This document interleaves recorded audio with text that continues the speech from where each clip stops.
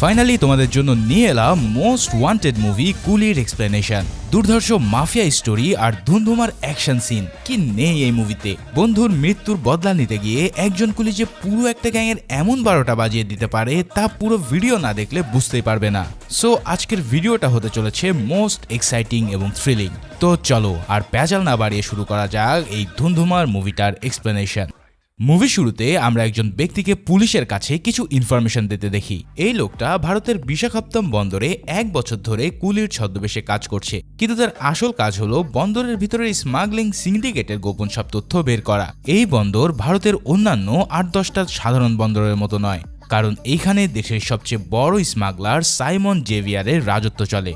সরকারের কাছ থেকে বন্দরের পুরো অংশ লিজ নেওয়ার পর এখন সে এই বন্দরের একচ্ছত্র মালিক। তার ছেলে অর্জুন বাবার স্মাগলিং গ্যাংয়ের সাথে সরাসরি যুক্ত থাকতে চায় না, তবে একজন কাস্টমার অফিসার হওয়ার বদৌলতে যে কোনো ধরনের সরকারি সমস্যায় সে তার বাবাকে প্রোটেক্ট করতে থাকে।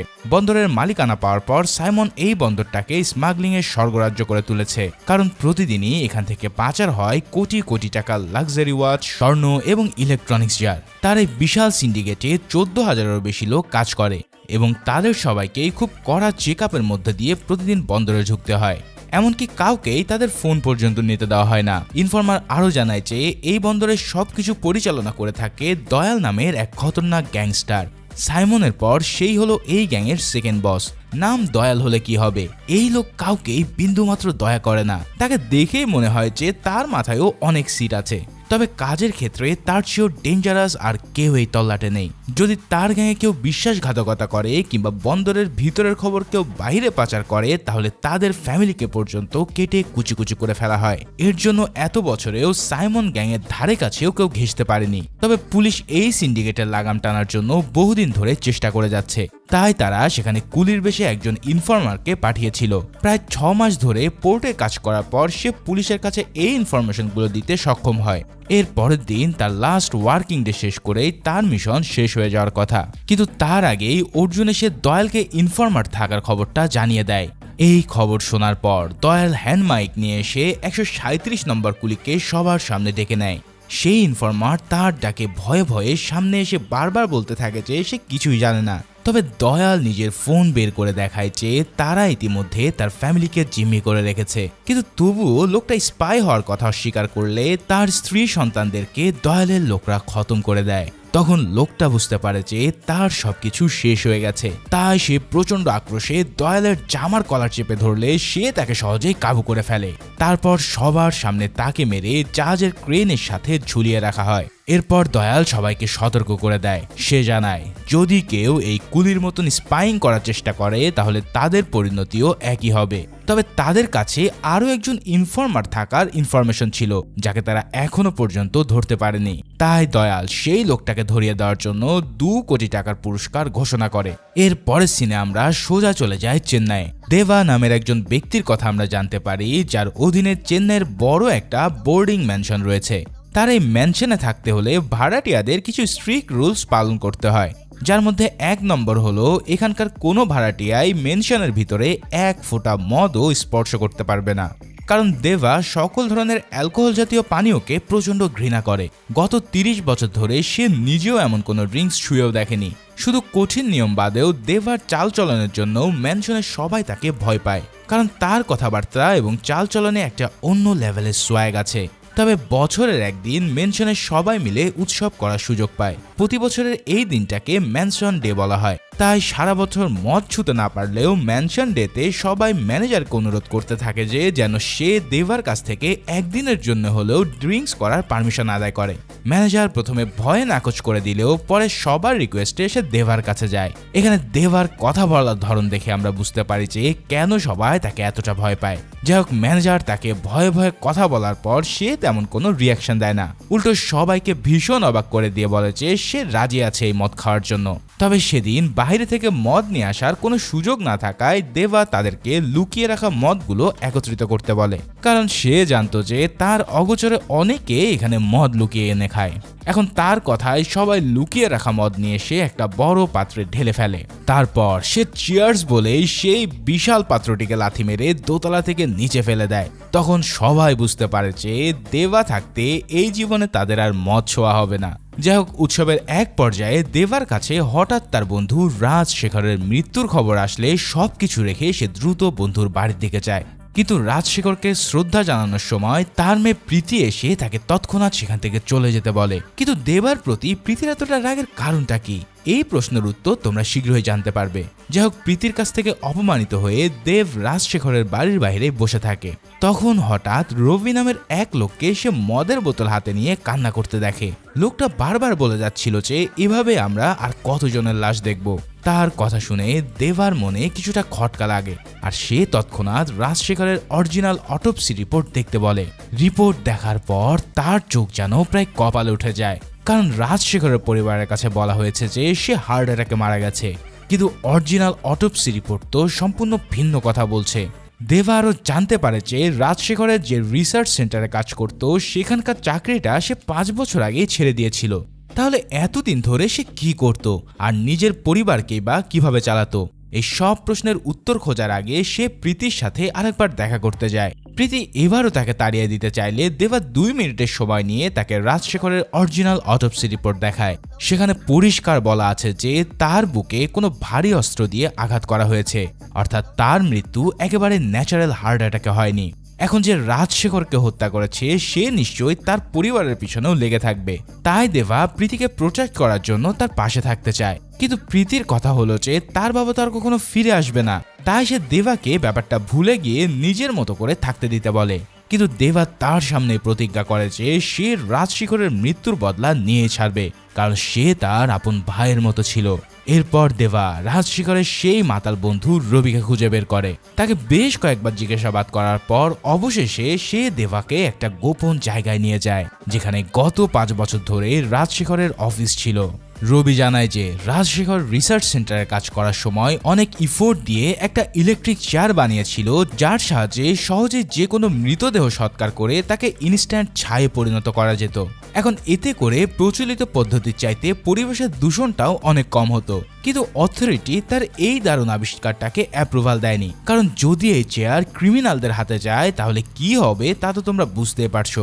শুধু তাই নয়, তারা চেয়ারটাকে অ্যাপ্রুভাল তো দেয় না, উল্টো সেটাকে তারা জব্দও করে নিয়ে যায়। এই অবস্থায় রাজশেখর বুঝতে পারছিল না যে সে কি করবে।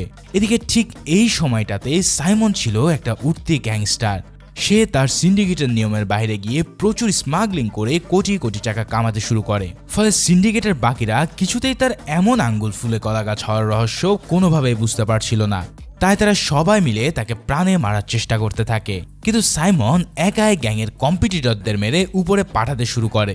তবে যখনই সে কাবু হয়ে যেতে থাকে তখনই তার প্রোটেক্ট করার জন্য চলে আসে বিশ্বস্ত সঙ্গী দয়াল। তাকে বাঁচাতে গিয়ে দয়াল নিজের পিঠে বেশ কয়েকটা ছুরির কোপও খায়। তার এই অবস্থায় গিয়ে সাইমনও পাগলের মতো পিস্তল চালিয়ে সবাইকে খতম করতে থাকে।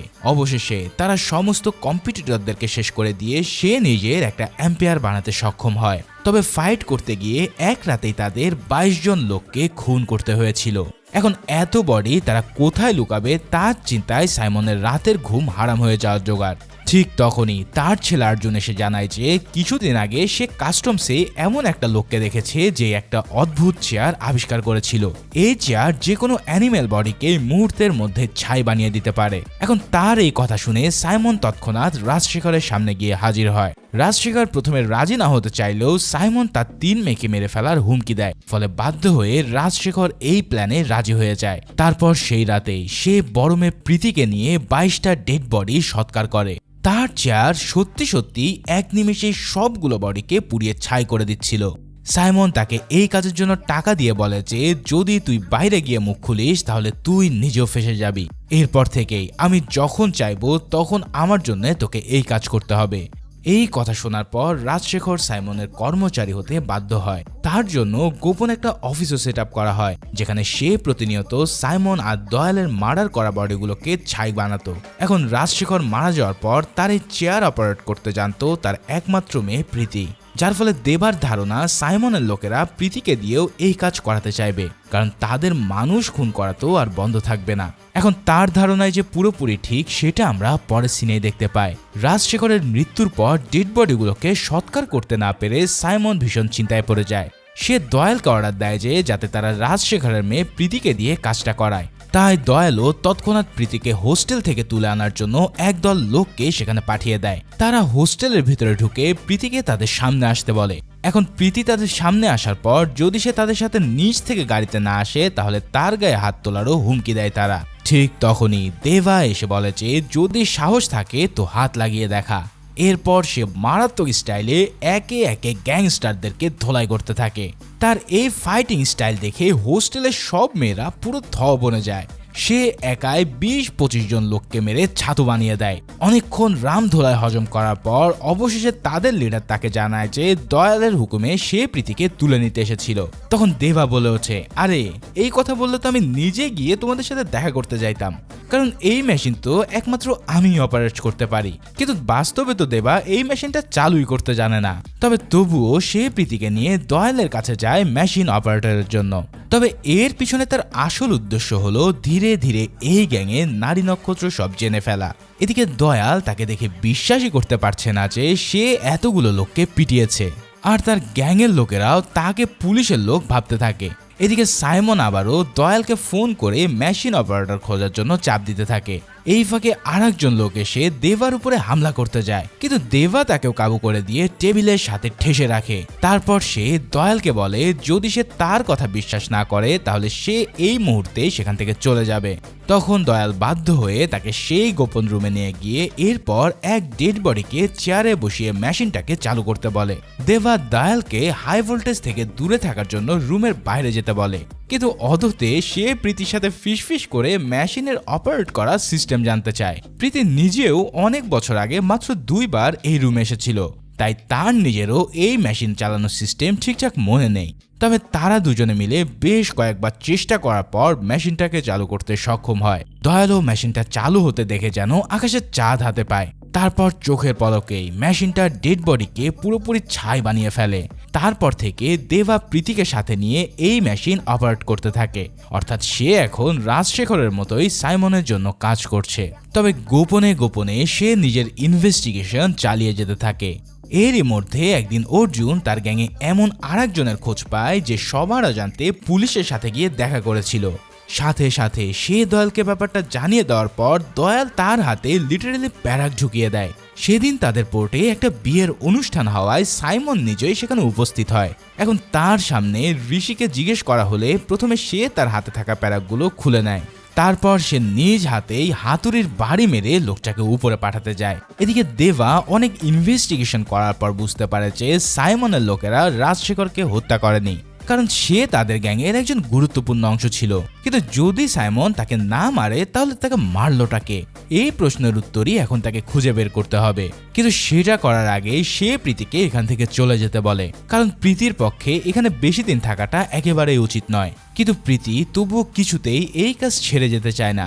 তখন দেবা তাকে জিজ্ঞেস করে যে স্রেফ টাকার জন্য কেন সে এই কাজ করে যাবে। তখন প্রীতি জবাব দেয় তার বাবা মারা যাওয়ার পর তাদের 3 বোনের পড়াশোনা এবং ক্যারিয়ারের জন্য তাকে এই বিপজ্জনক কাজ করতেই হবে। তখন দেবা তার নিজের আয়ের টাকাটাও তাকে দিয়ে দেয়। প্রীতি টাকাটা নিতে না চাইলেও দেবা বলে তোমার বাবা আমার জন্য যা করেছে তার কাছে এই টাকা কিছুই না। তারপর সে প্রীতিকে বোনদের কাছে ফিরে যেতে অনুরোধ করে। ঠিক এই মুহূর্তে দয়াল তাকে ফোন করে প্রীতিকে তার কাছে নিয়ে আসতে বলে আর জানিয়ে দেয় যে এটা স্বয়ং সাইমনের অর্ডার। তাই অগত্যা সে প্রীতিকে নিয়ে আবারও সাইমনের সাথে দেখা করতে যায়। সাইমন তাকে দেখেই অদ্ভুত ভঙ্গিতে তাকিয়ে বলে আরে তোমাকে আমি কোথায় যেন দেখেছি। কিন্তু দেবা অবাক হওয়ার ভান করে বলে যে সে আগে কখনো সাইমনকে দেখেনি। তখন সাইমন ব্যাপারটাকে মাথা থেকে ঝেড়ে ফেলে তাদের দুটো বডি দেখায়। তবে তাদের বডির মধ্যে একজনকে দেখে দেবার মতন আমার চোখও কপালে উঠে যায়, কারণ এই ডেড বডিটা ছিল সাইমনের একান্ত ডান হাত দয়ালের। তার মানে আগের সিনে সাইমন ঋষি নামের সেই লোকটাকে হাতুড়ি দিয়ে মারার বদলে দয়ালকে বাড়ি মেরে হত্যা করেছিল। সাইমন জানায় যে তার পিছনে ছুরি মেরে বসা পুলিশ লোকটা আর কেউই নয়, বরং এই দয়াল। ভাই রে ভাই, এমন টুইস্ট যে পাবো সেটা আমি একবারে ভাবতে পারিনি। সাইমন ঋষির বদলে দয়ালকে হাতুড়ি দিয়ে বাড়ি মারতে মারতে উপরে পাঠিয়ে দেয়। তারপর সে 2 কোটি টাকার পুরস্কারের বোর্ডটা যে আগে ছুঁতে পারবে তাকে সে 2 কোটি টাকা দেওয়া হবে বলে ঘোষণা দেয়। তখন পোর্টের সমস্ত লোকের মধ্যে পুরো হুলস্থুল বেঁধে যায় এবং এক লোক শেষ পর্যন্ত বোর্ড ছুঁয়ে পুরস্কার আদায়ও করে নেয়।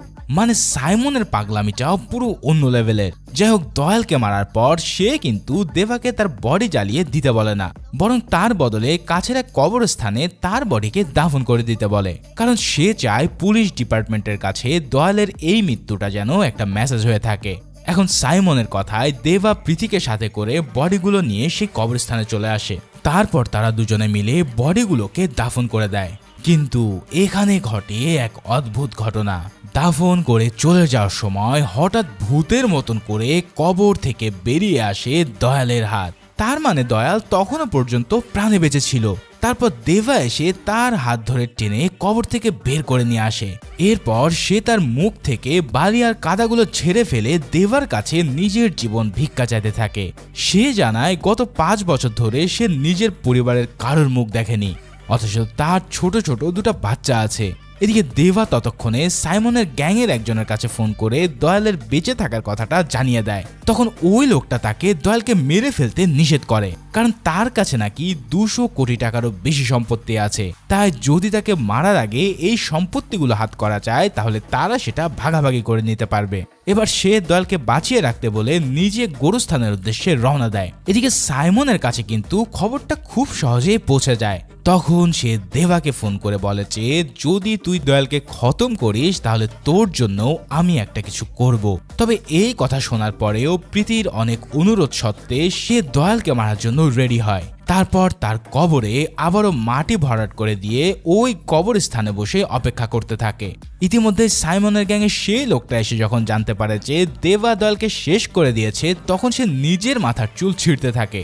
তবে দেবা যুক্তি দেয় যে দয়াল কোনোভাবে কমিশনার অফিসে পৌঁছে গেলে তারা সবাই বিপদে পড়ত। তখন লোকটা তাকে সাইমনের কাছে নিয়ে যায়। সাইমন কিন্তু ততক্ষণে তার পোর্টের ভিতরে একটা পার্টি দিয়ে নাচ গানে ব্যস্ত ছিল।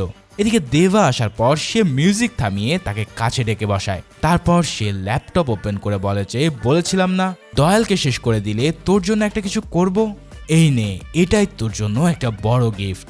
তারপর সে ল্যাপটপে ভিডিও অন করতেই দেবার হার্টবিট যেন একেবারে থমকে যায়। সে ভিডিওতে দেখতে পায় দয়াল রাজশেখরের বুকে একের পর এক ঘুষি মেরে যাচ্ছে। এমনকি মৃত্যুর আগ মুহূর্তে রাজশেখর তার কানে কানে কিছু একটা বলেও যায়। তার মানে এই দয়ালই হলো রাজশেখরের আসল খুনি। কিন্তু সে কেন তাকে এভাবে হত্যা করলো, এই প্রশ্নটায় দেবার মনে বারবার ঘুরপাক খেতে থাকে। আর এই সাইমনও যে বিরাট বড় খেলোয়াড় তা তার কাছে এখন পুরোপুরি পরিষ্কার।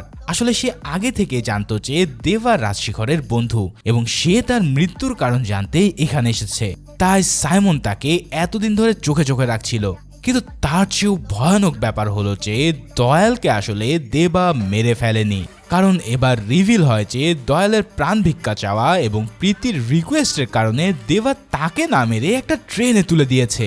মানে বুঝতে পারছো, সে তার বন্ধুর হত্যাকারীকে নিজ হাতে বাঁচিয়ে ফেলেছে। তখন সে তাদের একজনকে তার সাথে থেকে তাকে পৌঁছে দিতে বলে, কারণ এই অবস্থায় তার পক্ষে একা বাড়ি ফেরা সম্ভব ছিল না। দেবা তার সাথে থাকতে চাইলেও প্রীতি তাকে বলে সাইমনের সাথে দেখা করতে যেতে। তার বদলে সে নিজে দয়ালের সাথে থেকে যায়। এখন দয়ালি যেহেতু রাজশেখরের খুনি, তাই তার সাথে প্রীতির থাকাটা যে কত বিপজ্জনক তা তো তোমরা অনুমানই করতে পারছো। এদিকে দেবা বারবার সবাইকে জিজ্ঞেস করতে থাকে যে দয়ালকে রাজশেখর কানে কানে কি বলেছিল। তখন সাইমন বলে এখন আর এই প্রশ্ন করে লাভ কি, কারণ দুজনই তো উপরে পৌঁছে গেছে। আসলে সাইমন কিন্তু তখনও জানে না যে দয়াল এখনো বেঁচে আছে। ঠিক তখনই দেবার কাছে দয়ালের ফোন আসে, আর ততক্ষণে সে প্রীতিকেও জিম্মি করে নিয়েছে। এবার দেবাই তার কাছে জানতে চাইছে মৃত্যুর আগে রাজশেখর তার কানে কানে কি বলেছিল। তখন দয়াল বলে সে তার কানের কাছে এসে বলেছিল পাওয়ার হাউস। এখন এই পাওয়ার হাউস যে কি তা জানতে হলে আমাদের ফিরে যেতে হবে আরো 30 বছর আগের সময়ে। দেবা তখনকার সময়ে পোর্ট ইউনিয়নের কুলিদের কাছে লিডার ছিল, আর সেই সময়টাতে কোনো না কোনো মারামারির লড়াইয়ে সে লেগেই থাকতো। এছাড়াও তার বন্ধু রাজশেখর তাকে প্রতিবারই সাপোর্ট দিয়ে যেত। শুধু বন্ধুই নয়, দেবা ছিল রাজশেখরের আপন বোনের প্রেমিক। ঠিক এই কারণেই আমরা প্রীতিকে দেবার হাতে একটা ছবি দিতে দেখেছিলাম, যা ছিল তার আর রাজশেখরের বোনের ফাইনাল স্মৃতি। প্রীতির মা এবং দেবার প্রেমিকা দুজনেই এক মর্মান্তিক গ্যাস সিলিন্ডার বিস্ফোরণে মারা গিয়েছিল। যাই হোক, 30 বছর আগে একদিন রাজশেখর তাকে এমনই এক মারামারির পর জীবনে আর কোনোদিন অ্যালকোহল পান না করার প্রমিস করায়। সেই থেকে 30 বছর অবধি দেবা মদের বোতলও ছুঁয়ে দেখেনি। তবে অবাক করা ব্যাপার হলো যে আজ সে সাইমনের এক অফারেই মদের বোতল হাতে নিয়ে নেয়। তারপর অদ্ভুত ভঙ্গিতে মদ নিজের দাড়িতে মেখে সে মদ খেতে শুরু করে। তার এই অবস্থা দেখে সেই লোকটা এগিয়ে আসে যে তাকে দয়ালকে বাঁচিয়ে রাখতে বলেছিল। লোকটা তাকে বলে যে সে জানে দেবা প্রীতির সাথে ডিল করে দয়ালের সাথে কিছু একটা করেছে, তাই যদি দেবা তাকে সেটা না বলে তাহলে সে তাকে শেষ করে দেবে। তখন দেবা তাকে কোনো জবাব না দিয়ে তার বুক বরাবর তলোয়ার চালিয়ে দেয়। তখন সাইমন তার দিকে পিস্তল তাক করে বসলে সে জানায় এই লোকটা তাকে দয়ালকে বাঁচিয়ে রাখতে বলেছিল। কিন্তু এই কথা শুনে সাইমন বলে, সেটা না হয় মানলাম, কিন্তু এ কখন মরবে সেটা কেবল আমি ঠিক করব। তারপর সে দেবাকে সরি বলতে বললেও দেবা তার কথায় পাত্তা না দিয়ে সোজা হেঁটে বেরিয়ে যায়, যার ফলে সাইমনও তাকে মারতে পারে না, কারণ দেবাকে আগে সে কোথায় একটা যেন দেখেছিল এবং এটা তার মনে বারবার একটা খটকা দিয়ে যাচ্ছে। এদিকে দেবা বেরিয়ে আসার পর দয়াল তাকে ফোন করে বলে যেহেতু পৃথিবীর সবার চোখে সে এখন মৃত, তাই দেবাকেই তার কথা মতো চলতে হবে। এখন প্রীতি যেহেতু তার হাতে বন্দি রয়েছে, তাই দেবা এই কথায় রাজি হয়ে যায়। তারপর দয়াল প্রীতির কাছে বর্ণনা করে যে সে কিভাবে তার বাবাকে হত্যা করেছিল। আসলে রাজশেখর সাইমনের কথায় কাজ করতে করতে নিজের অজান্তেই অনেক ইনফরমেশন জোগাড় করে ফেলেছিল। সেই ইনফরমেশন জোগাড় করে সে একটা ফাইলও তৈরি করে। তবে দয়াল সেটা জেনে যাওয়ার পর সে তাকে প্রচন্ড টর্চার করতে থাকে। তখন রাজশেখর তাকে বলে যে তার মৃত্যুটা যেন সে ন্যাচারাল ভাবে সাজায়, কেননা তা না হলে তাকে মারার জন্য এমন এক ব্যক্তি আসবে যার নাম পাওয়ার হাউস। তার মুখে এই কথা শোনার পরে দয়াল তার হৃৎপিণ্ড বরাবর ঘুষি মারতে মারতে তাকে শেষ করে দেয়। কিন্তু যদি সে সাইমনের কথা মতো সব কাজ করেই যাচ্ছিল, তাহলে সে তাকে আন্ডার কভার পুলিশ অফিসার কেন ভেবে বসলো? সবকিছু যেন কেমন গুলিয়ে যাচ্ছে, তাই না? চিন্তা করো না, মুভির শেষের দিকে তোমরা এমন শক পাবে যা কখনো ভুলতেই পারবে না। যাই হোক, দয়াল প্রীতিকে জিম্মি করে রেখে দেবাকে দিয়ে নিজের সবগুলো কাজ করাতে থাকে। তার ইনস্ট্রাকশন অনুযায়ী দেবা বেশ কিছু জায়গায় ঘুরে গোপন একটা ফাইল আনার জন্য একটা সিক্রেট ভল্টে যায়। তবে সেখানে হঠাৎ তার সাথে দেখা করতে চলে আসে সাইমনের ছেলে আর্জুন। আসলে আর্জুন তার প্রেমিকাকে বিয়ে করতে চাইলেও কোনোভাবেই সেই কথা সাইমনকে বলতে পারছিল না, তাই সে দেবাকে দিয়ে এই কথাটা বলার প্ল্যান করছিল, কারণ একমাত্র তাকেই সে সাইমনের চোখে চোখ রাখতে দেখেছে। এখন দেবার কাছ থেকে সে সময় চাইলেও সেও তার সাথে সময় মতো কথা বলবে বলে জানিয়ে দেয়। তারপর দেবা আবারও দয়ালের ইনস্ট্রাকশন অনুযায়ী সিক্রেট এক রুমে পৌঁছে যায়, যেখানে আগে থেকেই কিছু লোক আর এক ইনফরমারকে নিয়ে বসেছিল। এই লোকটাই সাইমনের ঘোষণা অনুসারে বোর্ড খুলে 2 কোটি রুপি পুরস্কার পেয়েছিল। এখন তাকে পাহারা দেওয়া গ্যাং লিডার দেবাকে বলে দেয় যে এর কাছে তো 2 কোটি টাকা আছেই, আর যদি তাকে বসের হাতে তুলে দেওয়া হয় তাহলে আমরা আরো 2 কোটি টাকা পেয়ে যাব, তাই ভালো হবে যদি তুইও আমাদের সাথে ডিল করে নিস। এখন তাদের কথায় দেবাও লোকটাকে সাইমনের কাছে নিয়ে যাওয়ার জন্য রাজি হয়। তবে গাড়িতে ওঠার পরেই হঠাৎ লিডারের মনে একটা খটকা লাগে। তারা সবাই গ্যাংয়ের সদস্য হওয়ার কারণে রুমের দরজার পাসওয়ার্ড তাদের সবার কাছে আছে, কিন্তু দেবা এখানে এলো কি করে? তার তো কোনোভাবে এই পাসওয়ার্ড জানার কথা না। তাকে এই কথা জিজ্ঞেস করার পর সেও কোনো জবাব না দিলে সব গ্যাংস্টাররা ধারালো অস্ত্র নিয়ে তাকে মারার জন্য তেড়ে আসে। তবে দেবা তার মারাত্মক স্টাইলে তাদের সবাইকে একে একে খতম করতে থাকে। প্রচুর অস্ত্রশস্ত্র নিয়ে হামলা করেও কেউ তার একটা চুলও বাঁকা করতে পারেনি। উল্টো তাদের সবাইকে সে তাদেরই অস্ত্র দিয়ে মেরে উপরে পাঠিয়ে দেয়। এই লোকগুলোকে খতম করার পর দেবা বন্দি অবস্থায় থাকা ইনফরমারের মুখের বাঁধন খুলে দেয়। তারপর সেই লোকটা তাকে জানায় যে দয়াল তাকে যেই ফাইলটা নিয়ে আসতে বলেছে সেটা কোনো মামুলি ফাইল নয়। এই ফাইলে রয়েছে এমন এক ক্রাইম রেকর্ড যা বাইরে আসলে পুরো দেশবাসীর হুঁশ উড়ে যাবে। গোল্ড আর ওয়াচ স্মাগলিং এর আড়ালে সাইমন আসলে অন্য আর একটা ব্যবসা করে। সেই ব্যবসাটা হলো সাইমন মূলত হার্ট ট্রাফিকিং এর কাজ করছে। মানে লিটারেলি মানুষকে মেরে তাদের হার্ট খুলে নিয়ে বড় বড় বিদেশি ক্লায়েন্টদের কাছে তা বিক্রি করে দেয়। আর এই হার্টগুলো তারা সাধারণ কুলিদের থেকেই নেয়। প্রথমে তাদেরকে মেডিকেল চেক আপ করানো হয়, এরপর খাইয়ে পরিয়ে সুস্থ রাখা হয়, আর একদিন ঘুমন্ত অবস্থাতেই তাদেরকে শেষ করে হার্ট খুলে নেওয়া হয়। এখন এই মারাত্মক ইনফরমেশন পাওয়ার জন্যই দয়াল এই মিশনে কাজ করে যাচ্ছিল। দেবা এই সব কথা জানতে পারার পর ইনফরমারকে বডিগুলো পুড়িয়ে ফেলতে বলে সেখান থেকে চলে আসে। এদিকে সে কিন্তু দয়ালের উপরে নিজের লোক লাগিয়ে রেখেছিল, কেন তারা জানতে পারে যে দয়াল আসলে অতীতে একজন পুলিশ কনস্টেবল ছিল যার আসল নাম দিলীপ। তবে তাকে ইচ্ছে করেই কিছু পরীক্ষায় ফেল করিয়ে এই মিশনে পাঠিয়ে দেওয়া হয় যাতে করে তার কোনো পুলিশের রেকর্ড না থাকে। এদিকে দেবাকে সে ফোন দিয়ে বলে যে তার জন্য শেষ একটা কাজ তাকে করতে হবে। সাইমনের ছেলে অর্জুনকে যেন সে পোর্ট থেকে তার কাছে নিয়ে আসে, তারপরে সে প্রীতিকে ছেড়ে দেবে এবং দেবাও তার হাত থেকে রেহাই পাবে। এদিকে প্রীতিকে সে লিটারেলি কুকুর বাঁধার চেন দিয়ে বেঁধে রেখেছিল, তবে দেবা তাকে এখনো কিছু না করে সবকিছু শেষ অবধি পৌঁছাতে চায়। তাই সে তার কথা মতোই অর্জুনের সাথে দেখা করে। অর্জুনও তাকে নিজের কথাটা বলার জন্য তার গাড়িতে উঠে বসে। এর পরপরই দয়াল তাকে ফোন করে নিচে থাকা পিস্তল দিয়ে অর্জুনকে খতম করতে বলে, কিন্তু দেবা তবুও তাকে বোঝানোর চেষ্টা করে যে অর্জুন এই গ্যাংয়ের ভিতরে সবচেয়ে ভালো ছেলে, তাই তাকে মারতে দেওয়ার মন কোনোভাবে তাকে সায় দিচ্ছিল না। কিন্তু দয়াল প্রীতিকে মেরে ফেলার হুমকি দিলে সে এবার তার কথায় গাড়িটাকে অন্য রাস্তায় নিয়ে যায়। তখন অর্জুনও বুঝে যায় যে তার সাথে দেবা কি করতে চলেছে। তখন সে বলে যে অনেকদিন ধরেই সে এই গ্যাং থেকে বেরোনোর চেষ্টা করছিল, কিন্তু তার বাবা সাইমনের জন্য সেটা সম্ভব হয়ে ওঠেনি। সে জানতো যে এক সময় না এক সময় তাকে মরতেই হবে, কিন্তু দেবার হাতে যে তাকে মরতে হবে এটা সে কখনো ভেবে ওঠেনি। দেবা তার কথায় কোনো জবাব না দিয়ে তাকে নদীর তীরে নিয়ে যায়। সেখানে তার জন্য বসে অপেক্ষা করছিল তার প্রেমিকা। দেবা অর্জুনকে মারার বদলে বোটে করে তাকে পালিয়ে যেতে বলে। অর্জুন তার এই কথায় বেশ অবাক হলেও তার চোখে মুখে কৃতজ্ঞতা ফুটে ওঠে। এদিকে সাইমন তখন হার্ড স্মাগলিং চক্রের বিদেশি মেম্বারের সাথে একটা মিটিংয়ে ব্যস্ত ছিল। এই মিটিং শেষে দাহা নামের আর একটা বড় মাফিয়ার সাথে তার দেখা করার কথা। এখন তার আগেই তার কাছে খবর আসেছে অর্জুন দেবার সাথে গাড়িতে করে কোথাও যাচ্ছে। দেবা অর্জুনকে ছেড়ে দেওয়ার পর সাইমন তাকে ফোন করলে সে জানায় যে সে বন্ধুদের সাথে পার্টিতে আছে। তারপর সে নিজের প্রেমিকার সাথে একত্রিত হয়ে পালানোর জন্য রেডি হয়। এদিকে দেবা যে তাকে ছেড়ে দিয়েছে এই খবরটা খুব দ্রুত দয়ালের কানে চলে আসে। তখন সে দেবাকে ভিডিও কল করে তার সামনে প্রীতিকে 15 তলা থেকে ফেলে দেওয়ার হুমকি দেয়। দেবা প্রথমে প্রীতিকে ছেড়ে দেওয়ার জন্য মিনতি করলেও হঠাৎ তার গলার স্বর চেঞ্জ হয়ে যায়। তার মুখে নিজের আসল নাম শুনে দয়াল ভূত দেখার মতো চমকে ওঠে। তারপর সে দয়ালকে বলে তার লোকদের পাঠিয়ে চেক করে নিতে চেয়ে ওই সিক্রেট ভল্টে কোনো ফাইল আছে কিনা। দয়াল তার লোকদের পাঠিয়ে জানতে পারে যে দেবা আগে থেকেই সেখান থেকে সব ফাইল গায়েব করে দিয়েছে। শুধু তাই নয়, দেবার হাতে জিম্মি হওয়ায় প্রীতির 2 বোনকেও সে উদ্ধার করে নেয়। তবুও দয়াল প্রীতিকে মারার হুমকি দিলে দেবা এবার একটা অ্যাটম বোমা বিস্ফোরণ ঘটায়। সে হাসতে হাসতে বলে অর্জুনকে ছেড়ে দেওয়ার পরপরই দয়ালের কাছে এই খবর পৌঁছে গিয়েছিল। তখন দেবাও নিশ্চিত হয় যে এই খবর আসলে অর্জুনের প্রেমিকায় তার কাছে লিক করে দিয়েছে, কারণ সেখানে অর্জুন এবং সেই মেয়েটা ছাড়া আর কেউই ছিল না। তার অ্যাসিস্ট্যান্টের সাহায্যে সে মুহূর্তের মধ্যে মেয়েটার পরিচয় জেনে যায়।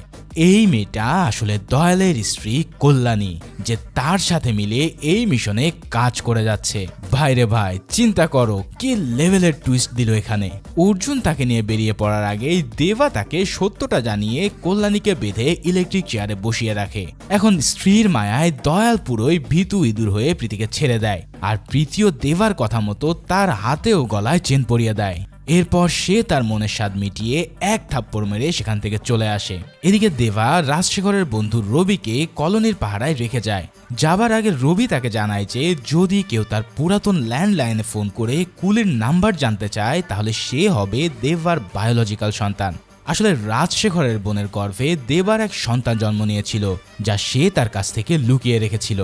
সে কয়েকবার মেনশন এসে তাকে এই কথাটা বলার চেষ্টা করেও সত্যটা বলতে পারেনি। এখন রবির মুখ থেকে এই সত্যটা জানার পর দেবাই পুরো ইমোশনাল হয়ে যায়। তৎক্ষণাৎ সে নিজের সঙ্গীদের ফোন করে খোঁজ নেয় যে তার ল্যান্ডলাইনে কেউ তার কুলির নম্বর জানতে চেয়েছে কিনা, কিন্তু তখনও পর্যন্ত তার কাছে এমন কোনো ফোন আসেনি। এরপর সে ম্যানশনের দিকে রওনা দেয়, কারণ ইতিমধ্যে ম্যানশনে সাইমনের লোকরা এসে পৌঁছেছে।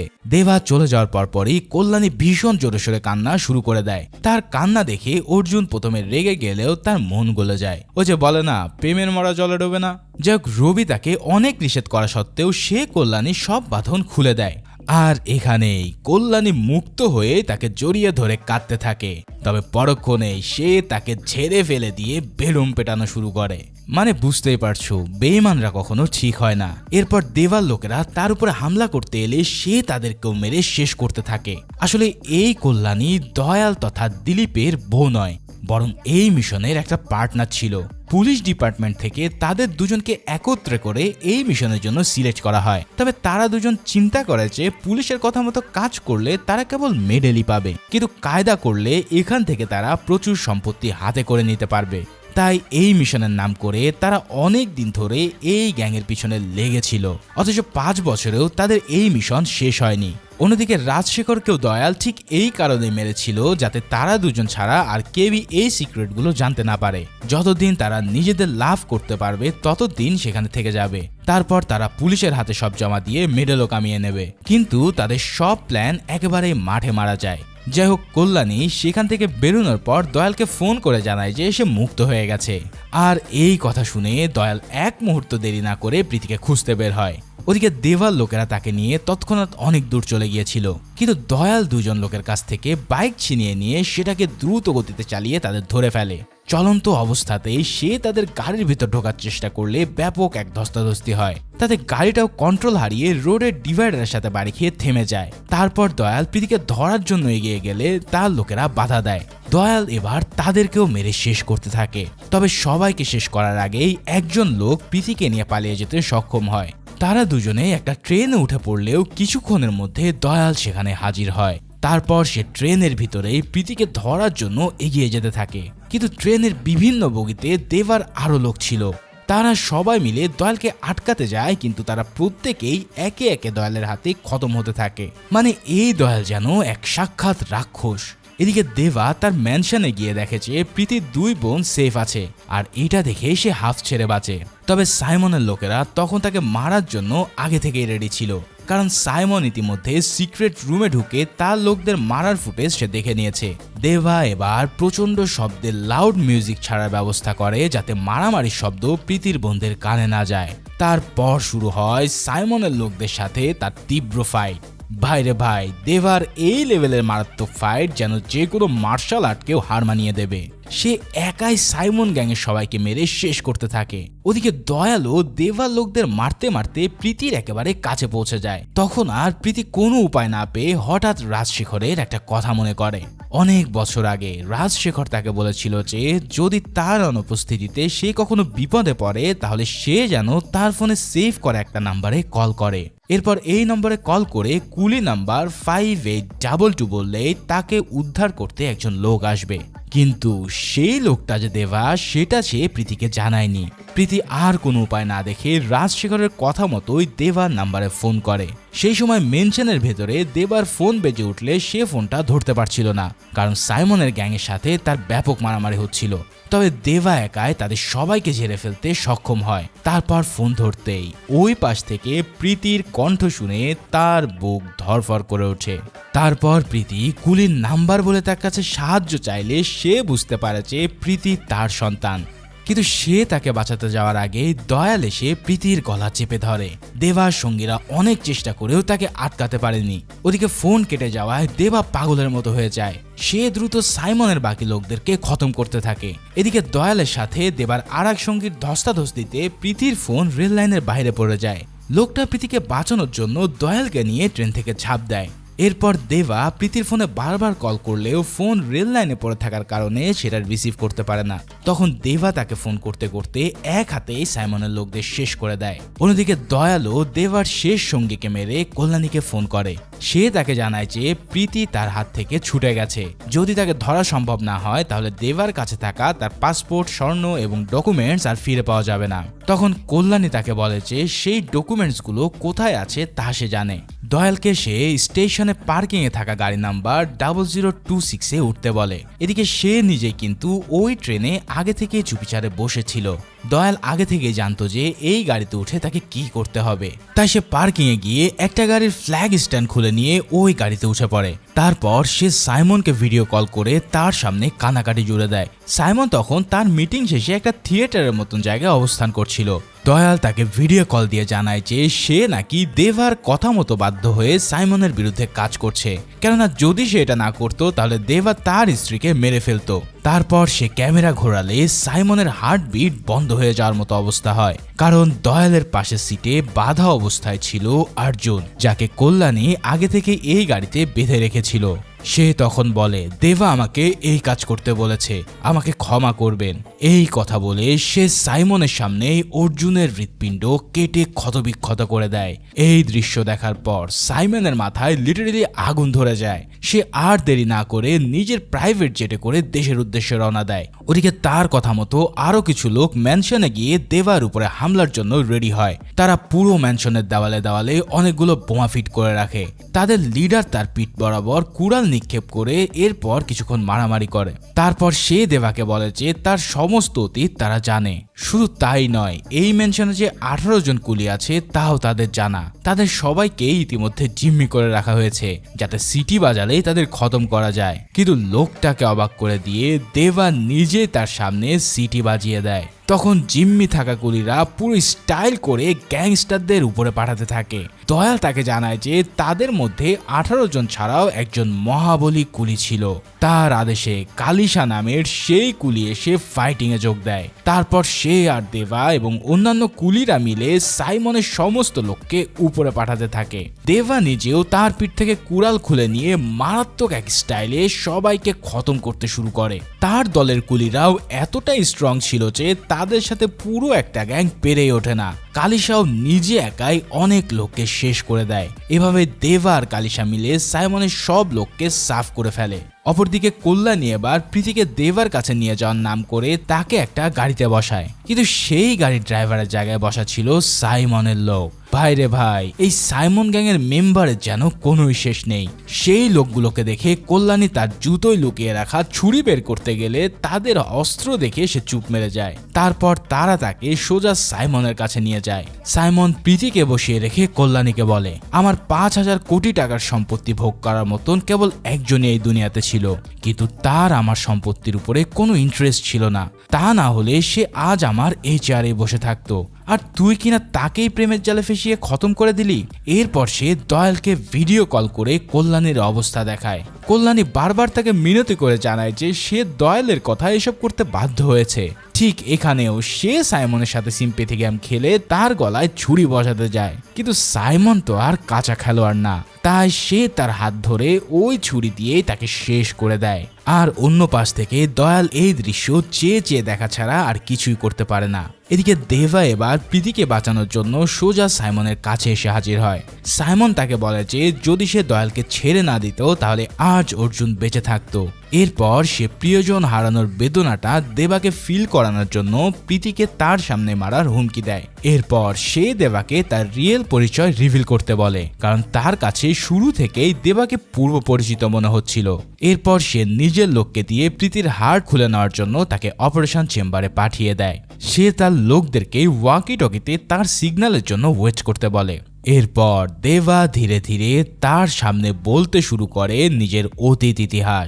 অনেক বছর আগে দেবা একজন কুলি ছিল, তা তো তোমরা জানোই। তার মতন কুলি ইউনিয়নে আরো অনেক কুলি মালিকের আদেশ মতন পণ্য আনা নেওয়া করত। এখন তাদেরকে দেওয়া বক্সগুলোর ভিতরে কি আছে তারা সেটা কখনোই জানতো না। তো এভাবেই একদিন বিদেশের এক মালিকের আদেশে পণ্য নিতে গিয়ে তাদের সব বক্সে ড্রাগস ধরা পড়ে। তখন তাদেরকে বলা হয় যে যদি 100 জন লোক নিজেদের অপরাধ স্বীকার করে নেয় তাহলে সবাইকে ছেড়ে দেওয়া হবে।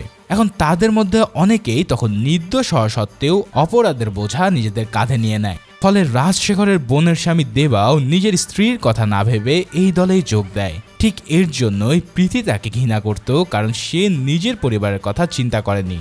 যাই হোক, পরে তাদের ছেড়ে দেওয়ার বদলে সেই মালিকেরা সমুদ্রের মাঝখানে গিয়ে তাদের মেরে ফেলতে চায়। তখন সেখানে প্রচণ্ড এক ফাইটিং হয় এবং প্রচুর লোক তাতে মারা পড়ে। তবে কুলি ইউনিয়নের লিডারের হাতে সেই মালিকও নিজের প্রাণ হারায় এবং তার সব লোককেও সেই লিডার খতম করে দেয়। এই লিডার ছিল দেবরাজ ওরফে দেবা নিজে, এবং সেই পোর্টের মালিকের নাম ছিল জেভিয়ার, যে কিনা এই মাফিয়া সাইমনের আপন বাবা। ভাই রে ভাই, এই পর্যায়ে এসে এমন টুইস্ট রিভিল জাস্ট ফাটাফাটি ছিল। সেই সময় কিশোর সাইমন নিজের চোখে তার বাবাকে দেবার হাতে মরতে দেখেছিল, তাই শুরু থেকেই দেবাকে তার বারবার পূর্ব পরিচিত মনে হচ্ছিল। এই সব কিছু স্বীকার করার পর দেবা ওয়াকি টকি এক মুহূর্তের জন্য অফ করে জানায় যে প্রীতি তার বন্ধুর মেয়ে নয়, বরং সে হচ্ছে তার নিজের মেয়ে। এবারে সব কিছু জানার পর সাইমন পাগলের মতন দেবাকে মারতে যায়। তখন মুভির সবচেয়ে ইন্টেন্স ফাইটটা তাদের দুজনের মধ্যে শুরু হয়ে যায়। কেউ যেন এই ফাইটে কারো চেয়ে একদম কম যায় না। প্রথমে সাইমন মার খেলেও পরক্ষণে সে দেবাকে মক্ষম জবাব দিতে শুরু করে, আর দেবাও সাইমনের হাতে থাকা পিস্তল দিয়ে তার লোকদের খতম করতে থাকে। এভাবে মারামারি কিছুক্ষণ চলার পর সে অবশেষে দেবার হাতে ধরাশয়ী হয়, আর দেবা তাকে কুড়াল দিয়ে এলো পাথারি কোপাতে শুরু করে। সাইমন তার শেষ চেষ্টা হিসেবে তাকে হুমকি দেয় যে যদি সে মারা যায় তাহলে কেউ না কেউ এসে তাকে মারতে আসবে। এরপর সে ওয়াকি টকি নিয়ে তার লোকদের প্রীতির হাট খুলে নেওয়ার আদেশ দেয়, কিন্তু কালিশা ততক্ষণে তাদের সবাইকে খতম করে দিয়েছে। আর দেবাও সাইমনকে লাক্সারি ওয়াচের কালেকশন দিয়ে একটা চেন বানায়, আর ওটা দিয়ে তার গলায় পেঁচিয়ে হত্যা করে দেয়। মানে এইরকম ইউনিক পদ্ধতি এর আগে আমি আর কখনো দেখিনি। যাই হোক, ফাইনালি দেবা সাইমনকে তার পুরো গ্যাং সহ খতম করে দিয়ে প্রীতিকে নিয়ে ম্যানশনের উদ্দেশ্যে রওনা দেয়। কিন্তু হঠাৎ কোথা থেকে যেন আরো কিছু লোক এসে তাদের ঘিরে ফেলে। এদের গেট আপ সাইমনের গ্যাংদের থেকে অনেকটাই আলাদা, তবে তারা দেবাকে কিছু না করে তার চোখ মুখে কালো কাপড় পরিয়ে তাকে ধরে নিয়ে যায়। তারপর তাকে বহু দূরের কোনো এক মরুভূমিতে তারা নিয়ে আসে। এবার চোখ খোলার পর দেবা তার আশেপাশে অসংখ্য গ্যাংস্টার এবং হাত বাঁধা অবস্থায় কিছু নিরীহ লোক দেখতে পায়। ঠিক সেই মুহূর্তে হঠাৎ সেখানে এক হেলিকপ্টারে হাজির হয় তার থেকেও এক বড় মাফিয়া। ভাইরে ভাই, আমার লাইফে দেখা বেস্ট এন্ট্রি সিন ছিল এটা। এই সেই খতরনাক মাফিয়া দাহা, যাকে সাইমনের রিসিভ করার কথা ছিল। তার অসুস্থ বাবাকে নিয়ে সে হেলিকপ্টার থেকে এমন স্টাইল এন্ট্রি করে যা দেখে যে কারোর মাথায় পুরো ঘুরে যাবে। তার সোয়াগ দেখে আশেপাশে সবার প্যান্ট ভিজে যাওয়ার মতো অবস্থা শুরু হয়। তারপর সে দু হাতে দুটো রাইফেল তুলে নিয়ে হাত বাঁধা থাকা অবস্থা লোকদেরকে খতম করতে শুরু করে। এরপর সে তার বাবা কাকরকে জিজ্ঞেস করে যে দুশ্মনদের সে তো খতম করে দিয়েছে, এবার বাকিদের সাথে সে কি করবে। কাকর তাকে দেবা সহ বাকিদের খতম করার আদেশ দেয়। ঠিক তখনই দাহা হাতে তলোয়ার তুলে নিয়ে দেবার গলায় জোরে এক কোপ বসাতে যায়, কিন্তু হঠাৎ তার মুখ দেখে সাথে সাথে সে তার তরোয়াল থামিয়ে ফেলে। তারপর আমরা ফ্ল্যাশব্যাকে একটা সিন দেখতে পাই, যেখানে 30 বছর আগে দেবা যখন জেভিয়ার সহ তার পুরো গ্যাংকে খতম করে ফেলে, তখন দূর থেকে দাহা তার চেয়ে চেয়ে দেখছিল। আসলে তার বাবা কাকার ছিল জেভিয়ারেরই বিজনেস পার্টনার। তো সেই সময় দেবার এরকম মারাত্মক স্টাইল দেখে তখন থেকে সে তার বিরাট ফ্যান হয়ে যায়। তারপর গত 30 বছর ধরে তাকে অনেক খোঁজাখুঁজি সে চেষ্টা করে, কারণ বাবার পর গ্যাং সামাল দেওয়া দাহা এমন একজন লোককে নিজের রাইট হ্যান্ড বানাতে চেয়েছিল। তাই এত বছর পর দেবাকে চিনতে পেরে সে আবারও তাকে এই একই প্রস্তাব দেয়। তখন দেবা তাকে বলে যে সে কাকারের সাথে এই ব্যাপারে কিছুটা আলাপ করতে চায়। এরপর সে তার কাছে গিয়ে বলে যদি কখনো কোনো কুলিদের উপরে কেউ আঙ্গুল তোলে তাহলে দাহা সহ সে সবাইকে খতম করে দেবে। আর কাকার তো আগে থেকেই তাকে দেখে পুরো প্যান্ট ভেজানো অবস্থায় হয়ে গিয়েছিল, তাই সে এইসব কথায় হা হা বলে একদম বাচ্চাদের মতন আচরণ করতে থাকে। তারপর দেবা দাহার কাছে গিয়ে তার প্রস্তাবে রাজি হয়ে যায়। অন্যদিকে তার লোকেরা ইতিমধ্যে দায়ালকেও সেখানে ধরে নিয়ে আসে। তাহা তাকে খতম করতে গেলে দেবা বলে ওঠে এটা আমার শিকার। তারপর সে দয়ালের কাছে গিয়ে জিজ্ঞেস করে যে তুই উপরে গিয়ে রাজশেখরকে কি বলবি। জবাবে দায়াল জানায় সে তাকে গিয়ে বলবে পাওয়ার হাউস জিনিসটা কি সে হাড়ে হাড়ে টের পেয়েছে। তারপর দেবা তাকে এক লাথিতেই বিশাল এক গর্তের ভিতরে ফেলে দেয়, আর দাহার লোকেরা তাকে সেখানে জীবন্ত কবর দিয়ে দেয়। তো ফাইনালি দেবা তার বন্ধুর চরম প্রতিশোধ আদায় করে নিয়ে তাহার মতন বিরাট মাফিয়ার রাইট হ্যান্ড হয়ে ওঠে। আর ঠিক এই সিনের মধ্যে দিয়ে এই অসাধারণ মারাত্মক মুভিটা এখানেই শেষ হয়। তো ভিডিওটা কেমন লাগলো তা অবশ্যই আমাকে জানিও, আর ভালো লেগে থাকলে একটা লাইক করে দিও। দেখা হচ্ছে পরের কোনো ভিডিওতে, সেই পর্যন্ত আল্লাহ হাফেজ।